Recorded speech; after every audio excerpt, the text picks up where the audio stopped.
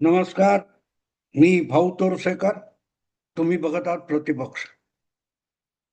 मित्रांनो, 5-7 दिवस अगदी घरात बसून पुढे घराबाहेर पडण्यासारखी परिस्थिती नाही. इतका पाऊस सोसून मी पण कंटाळलो, वैतागलोय त्या पावसात. आणि ज्या वेळेला तुम्ही एकटे पडलेले असता, एकांतात असता, तेव्हा डोकं जास्त चालतं. मुंबईचं काय झालं वगैरे ह्या बातम्या येणार मला माहिती होत्या. मी त्या बातम्या हल्ली फारशा बघत नाही. अधूनमधून व्हिडिओमध्ये जेवढं काय एखाद्या चॅनेलचं काय दिसेल ते बघतो. आणि माझी अपेक्षा होती की कसं विकासाचं वाटोळं झालंय, ह्या सगळ्या बातम्या येणार हे अपेक्षित होतं. पण शांतपणे एकांतात असताना जेव्हा आपण विचार करतो, तेव्हा अनेक गोष्टींचा अनायासे आढावा घेतला जातो. आणि मला अगदी बालपणापासून सगळ्या पावसाच्या आठवणी येते. आणि करता करता एकदम लक्षात आलं की अगदी शाळकरी वयामध्ये कधीतरी मोहेंजोदारो, हरप्पा या लुप्त झालेल्या संस्कृती, गाडल्या गेलेल्या संस्कृती, त्यांचं काय काय वाचलेलं, शिकलेलं आठवलं.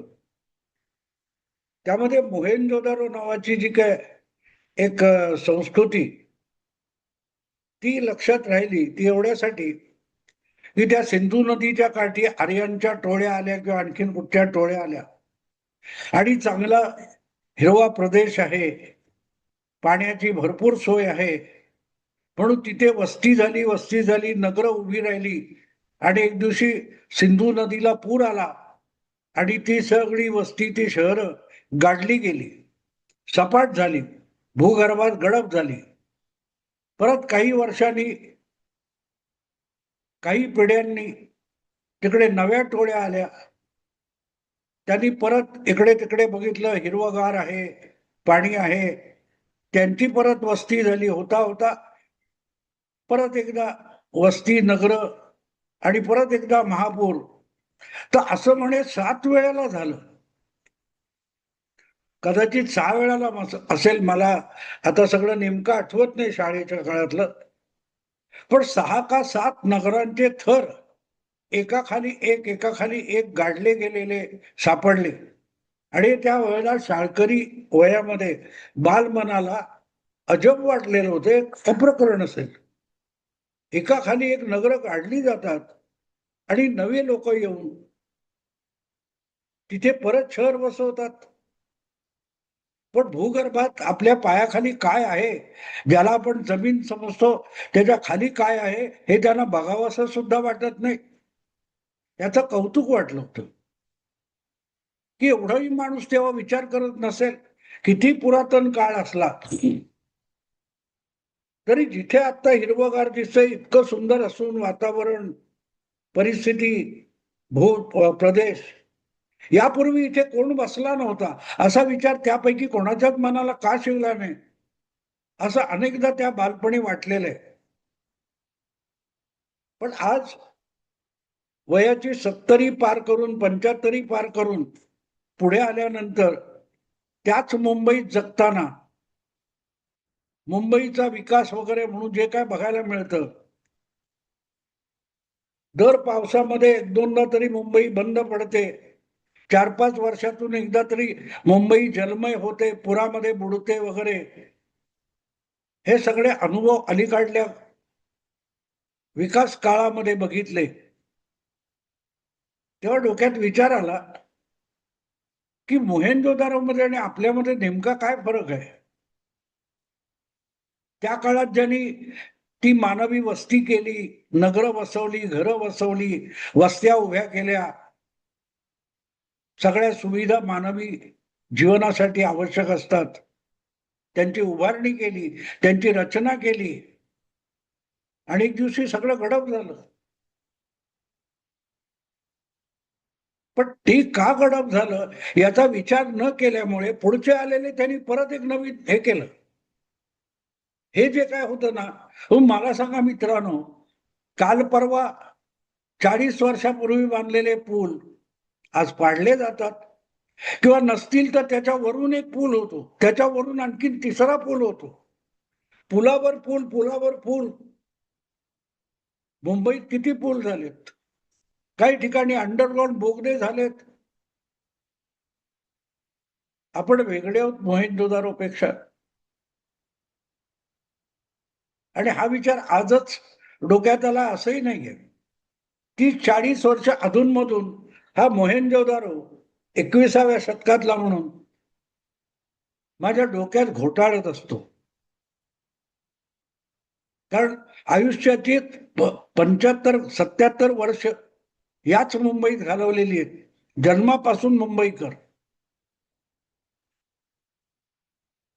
ज्या वेळेला मुंबई ही मला वाटतं याच्या सायनपर्यंत, माहीमपर्यंत मर्यादित होती, मग उपनगर म्हणून मुलुंड, अंधेरी, जोगेश्वरी पर्यंत गेली आणि बोरिवली पर्यंत सरकली. आता MMRDA, मुंबई प्रदेश वगैरे असं म्हटलं जातं. आणि पनवेल पासून डहाणू पर्यंत, तिकडे कर्जत कल्याण पर्यंत, कसारा पर्यंत सगळी मुंबई होऊन गेली आहे. पण मोहेंजोदारोतून बाहेर पडलोय आपण, हा विचार येतो डोक्यात मित्र. आणि म्हणून या सगळ्या आठवणी चालवतात तेव्हा दरवेळेला त्याच्यावर बोलायचं. पण आपण माकडाचे वंशज आहोत म्हणतात ना, ते माकड कसं, प्रचंड पाऊस झाला की मग एकदा हा पाऊस थांबला की पक्क घर बांधतो, मग भिजायला नको, कुडकुडायला नको असं ठरवतं. आणि पाऊस ओसरता ओसरता निसर्गाला जे नवे फुटवे आलेले असतात त्यातून आलेली फळं खाण्यात ते माकड पुढच्या वर्षीचा पाऊस पडेपर्यंत घर वगैरे बांधण्याच्या कल्पना विसरून जातं. आपण खरंच माकडाचे वंशज आहोत ना मित्रांनो? नाही आहोत. शेवटी DNA किंवा काय म्हणतात, गुणावगुण ते येतातच. असो. पण या निमित्ताने आयुष्यात किती पावसाळे बघितले असं जेव्हा म्हणतात, तेव्हा माझे मुंबईच्या पावसाळ्याचे अनुभव गेले 5-7 दिवस आठवत होते. मी जेव्हा पत्रकार झालो होतो, नवा 4-5 वर्ष झाली असतील, बहुतेक 1973 किंवा 74 ची गोष्ट आहे. मी आणि पुष्पा त्रिलोकेकर मराठामध्ये रात्रपाळीला होतो. त्या माझ्या सिनियर होत्या, मी त्यांचा सहाय्यक म्हणून काम करत होतो. आणि रात्री उशिरापर्यंत बसून आम्ही पेपर पूर्ण केला, छापाला गेला, छापूनही झाला. पण तो छापून झालेला पेपर प्रेसमधून बाहेर पडू शकला नव्हता. कारण रात्रभर इतकी अनावर वृष्टी होत होती. किती टक्के इंच आणि सेंटीमीटर मला आठवत नाही, पण इतकी अपरंपार वृष्टी त्या रात्री झाली होती की छापलेला पेपर घेऊन जाणाऱ्या गाड्या येऊ शकल्या नाहीत. वरळी नाक्यापासून जवळ दैनिक मराठाचा छापखाना आणि कार्यालय होतं. आता ते काय मला वाटते कोका कोला वगैरे जिथे आहे, कॅम्पा कोला, मला आठवत नाही नेमकं काय आहे ना तिथे.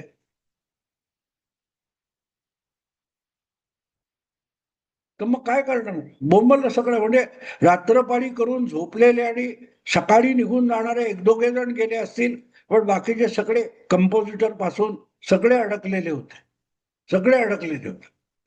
मग आम्ही जेव्हा जाग आली सकाळी आणि बघतोय हो असं असं झालंय, हळूहळू पाणी थोडं थोडं ओसरत होतं पण तुंबलेलं होतं.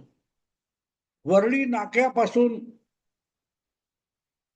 परेल वगैरे जो काय सखल भाग म्हणतात, सगळा जलमय होता. पुष्पात बाईंना हलणं जागेवरून शक्य नव्हतं. कंपोजिटर तसेच बसलेले होते. मग पुष्पाबाई जमेल तसं. तेव्हा बाहेरून बातमी येण्याचा साधन म्हणजे एक तर रेडिओवर ज्या ठराविक सकाळ संध्याकाळ दुपारी बातम्या दिल्या जायच्या तेवढ्या, फोन पण बोंबललेले होते. त्यामुळे टेलिप्रिंटर बंद पडलेला होता. PTI, UNI वगैरे त्या माध्यमातून येणाऱ्या बातम्या बोंबललेल्या होत्या. अशा वेळेला साधारण 11-12च्या सुमाराला मी धाडस करून त्या पाण्यातून चालत चालत निघालो. तो तिथून हाजी अल्ली महालक्ष्मीच्या दिशेने चालत गेलो. फार मध्य मुंबईकडून येणारं पाणी समुद्राच्या कडेकडेने, कठडा जो आहे त्या कडेकडेने चालत हाजी अल्ली, ताडदेव, ताडदेवहून पुढे मला आठवतं की ताडदेवहून मागे आलो मी आणि सात रस्त्याला आलो. सात रस्त्याला आलो आणि सात रस्त्याकडून पुढे लालबागला घरी गेलो आणि आंघोळ पांघोळ उरकून 2 घास खाऊन परत त्या कंबरभर पाण्यामध्ये, कुठे छातीपर्यंत पाणी, असं पाणी तुडवत तुडवत लालबाग ते Parel, Parel Elphinstone bridge, Elphinstone Prabhadevi आणि प्रभादेवीकडून परत वरळीपर्यंत मी त्या जलमय मुंबईतून फिरलो होतो. 73 किंवा 74, कदाचित 1 वर्ष पुढे मागे असेल. मला त्यातली एक आठवण येते, शिरीन टॉकीज आणि शिरीन टॉकीज कडून वर रेस्कोर कडे जाणारा पूल जो आहे त्याच्या ह्या बाजूला धोबी घाट वगैरे आहे आणि त्या कोपऱ्यावर इराण्याचं हॉटेल आहे. त्या हॉटेलच्या बाजूला एक माणूस पडला होता. आम्ही तिथे उभे राहून 2-3 लोक कुजबुजत होतो की या दारुडासाला एवढ्या पावसात पण पडलाय आडवा. पण नंतर कोणीतरी थोडं चाचपून बघितलं, तो दारू प्यालेला नव्हता पण बुडून मेलेला होता. त्या 7 रस्त्याच्या सर्कलला, ज्याला आता गाडगेबाबा चौक वगैरे म्हणतात, त्या सर्कलमध्ये इतकं पाणी तुंबलं होतं की त्यात अडकलेल्या अनेक कार, फिएट, एम्बेसेडर वगैरे त्यांचे टप दिसत होते. आणि त्यापैकी एका गाडीमधला माणूस हा अडकलाय, तर त्याला बाहेर काढणं शक्य झालं नाही असं त्या इराण्याच्या हॉटेलमधल्या एका वेटरने सांगितलं. तो हात दाखवत होता पण आम्ही काही करू शकत नव्हतो आणि तो त्या पाण्यात गाडीत बसून बुडून मेला होता माणूस. भयंकर परिस्थिती होती मित्र. आणि मी तसाच लालबाग, परळ, प्रभादेवी, वरडी नाका असा पाण्यातून चालत ऑफिसला पोहोचलो होतो. पुष्पाबाई आणि आदल्या रात्रीचे कामगार कंपोजिटर्स अडकलेलेच होते. त्यांच्या मदतीने पेपर काढायचा प्रयत्न करायचा हे आम्ही ठरवलं. परळ नाक्याला राहणारा प्रभाकर नेवगिया माझा एक सहकारी होता. तोही बिचारा त्या पावसात पाण्यात पाणी तुडवत तुडवत, मी आलो तसाच प्रभादेवी वरळी नाक्यापर्यंत आला होता. आम्ही तिघांनी मिळून दुसऱ्या दिवशीचा पेपर परत तयार केला मित्रांनो. ही आठवण आहे माझ्याकडे. पुढचे 3 दिवस मुंबईतलं पाणी उतरत नव्हतं. जागोजागी रस्त्यावर चिखल, वाहून आलेला कचरा.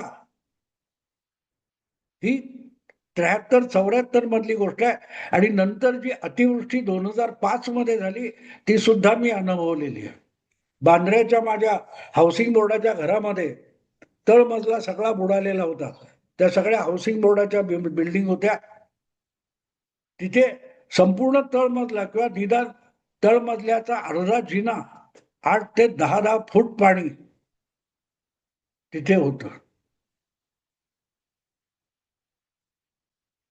मुंबई आज पहिल्यांदा बुडालेली नाही आणि आत्ता बुडाली त्याला मुंबई बुडाली म्हणताच येणार नाही. ह्या पूर्वीच्या अनुभवाच्या तुलनेमध्ये आजची मुंबई बुडाली बुडाली म्हणून जे काय रडगाणं चालू आहे मी बघतोय, त्यांना बुडणं म्हणजे काय माहिती नाही. आणि या निमित्ताने एक आठवण करून द्यावीशी वाटते की कुठची मोठी टेक्नॉलॉजी आणा, कुठचेही नवे विकास घडवा, जोपर्यंत माणूस स्वतःला शिस्त लावत नाही तोपर्यंत निसर्गावर मात करण्याच्या नादात आपण ओढवून आणलेली ही संकट असतात. आणि त्यात फक्त आपणच नालायक आहोत, बाकी जगात काय काय होतंय असं जे बोलणारे आहेत ना ते तद्दन बेअक्कल आहेत. कारण याच पृथ्वी तलावर अमेरिका नावाचा सर्वात श्रीमंत आणि सर्वात पुढारलेला एक देश आहे, खंडप्राय. आपल्याही 2.5-3 पट काय 6 पट त्याची जमीन आहे. त्या अमेरिकेमध्ये लुइझियाना नावाचं एक राज्य आहे. त्या राज्यातल्या मिसिसिपी नदीच्या काठी न्यू ऑर्लिन्स नावाचं शहर आहे. New Orleans.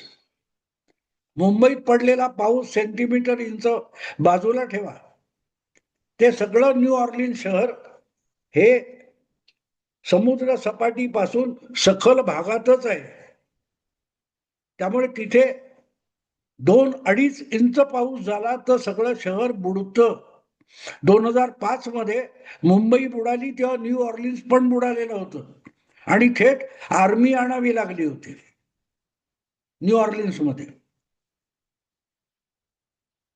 त्या शहराच्या जवळ असलेल्या समुद्राच्या किनाऱ्याला मोठमोठी तटबंदी केलेली आहे. 2 इंचापेक्षा अधिक पाऊस पडला तर तिथल्या इमारतींच्या पहिल्या मजल्यावर संडासातून पाणी बाहेर यायला लागतं. संडासातून पहिल्या मजल्यावरच्या घरात पाणी बाहेर यायला लागतं.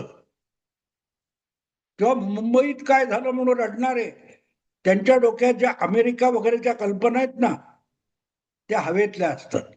अज्ञानाचा तो आनंद असतो.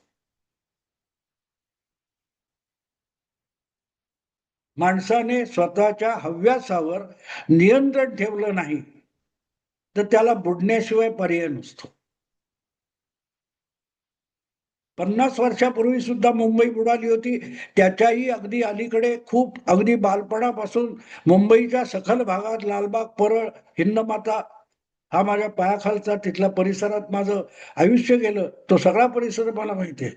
कसं पाणी तुंबायचं, कसं उतरायचं. तेव्हा आज जे काय झालंय ते म्हणजे जगात इतिहासात पहिल्यांदा झालंय. अशा भ्रमात वावरणाऱ्यांनी थांबावं. निसर्गाचा कोप हा निसर्गाचा कोप असतो, त्यातून सुटका नसते. कल्पना चावला पण सुटत नाही. नासाच्या मदतीने प्रवास करणारी तुम्ही आम्ही कोण आहोत? तर बुडालेल्या 50 वर्षापूर्वी बुडालेल्या मुंबईची गोष्ट परत एकदा आठवली. मित्रांनो, आता थांबतो. आवडलं लाईक करा, शेअर करा, प्रतिपक्षाला सबस्क्राईब करा. नमस्कार.